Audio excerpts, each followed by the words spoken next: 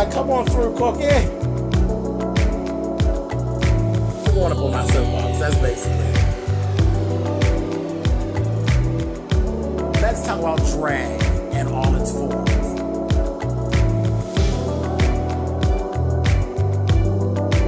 What, Cookie?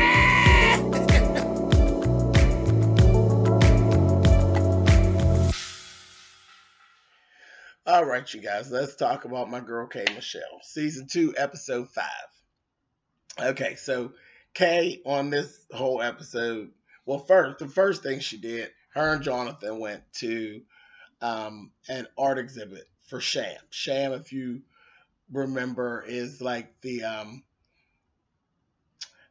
he's not really a drag queen, or I guess he is a drag queen. Yeah, he's not really a cross-dresser. Yeah, gender bender. That's what we'll call him. Sham is the gender bending friend of Kay's that actually did, like, he did paintings and stuff for Kay. They were amazing. They were really was. He's really, really good. But he had an art exhibit. And Jonathan kept saying, it's like a freak show, this, that, thing, and other. I'm like, that's kind of offensive. But, you know, it was just people that are more eclectic. They're not freaks. They're more eclectic people. Were there. And the whole time Kay kept talking about a Caucasian man. The whole episode, she wants to meet this Caucasian man. A Caucasian man. So she does actually end up meeting a guy who's German, who is not very attractive, ugly little thing, but he's very nice. His name's Prince Mario Max, and he is a German prince. And they meet. Well, actually, Sham introduced them. They meet. And he's real nice. Like, he really is. He's really, really nice. And he was interested to date Kay. So he asked her to go out. He took her out to a restaurant. And then he invited her over to his house to cook for her and everything. And everything is just lining up with that. So it's going to be interesting to see where that actually goes. And I'm laughing because he kept saying, she asked him, why did you court me? Did you want to court me? And he's like, oh, your big butt is amazing. And the whole time through this episode, they kept talking about Caucasian men not liking big butts. Child, he like that big old ass. And I don't know where they got that from. You know, white men love everything about the black box, honey.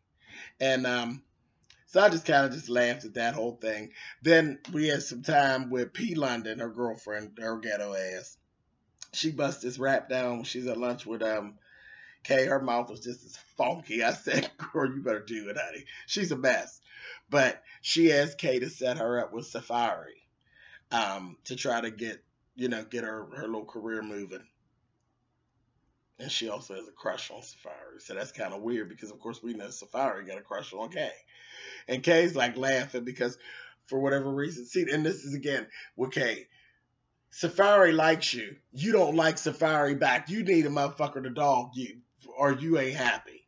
You know. So we went through that whole thing. And of course, P. London's all like, yeah, child. And I just like, she made it very evident that she has a crush on Safari. What it really is she done heard through the grapevine that he's a member of the Big Dick Club, and she thirsty, child, because that's what it all broke down to for me. Well, Safari, once they came, he ended up saying that there wasn't nothing really he could do for her because he's too busy working on his own shit, so he really couldn't help her. But the whole time they were there, he was steady staring at Kay. I mean, staring her down like he could just jump on her and eat her up, An old girl noticed, she said something in her confessional about how he was staring at Kay and everything. And I'm like, but then she didn't stop. She just kept on, she still was all like, well, it ain't that. I mean, maybe I want him to take advantage of me. And I'm like, who does that when you know that somebody's all into somebody, a friend of yours actually? Like, why would you put yourself even in that position? If he would fuck you, he wants to fuck Kay. So why even open that can of worms? That's just me. But whatever. But like I said, it was really the story of a big dick and her wanting it. So that was all it really is about. I don't think she really wants to be her man. She just wants to jump up and down on him. But Safari was so absolutely unbothered with her. It was seeing Jocelyn. Jocelyn made a guest appearance again on the show, and she came into the studio and being Jocelyn, catnap, shit, Jocelyn. Now this is the worker. That motherfucking K. K stares at Jocelyn the way that Safari stares at K. I'm like, girl, you want to munch her box so bad, honey. I'm like, this is a mess.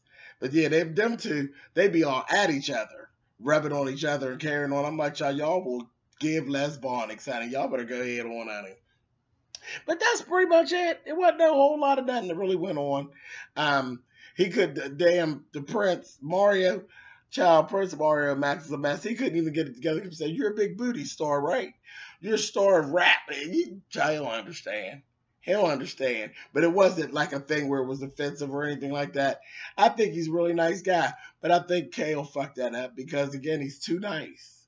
And maybe he's just being nice so he can get that ass, you know? But hell, give it to everybody else. Give him a chance too.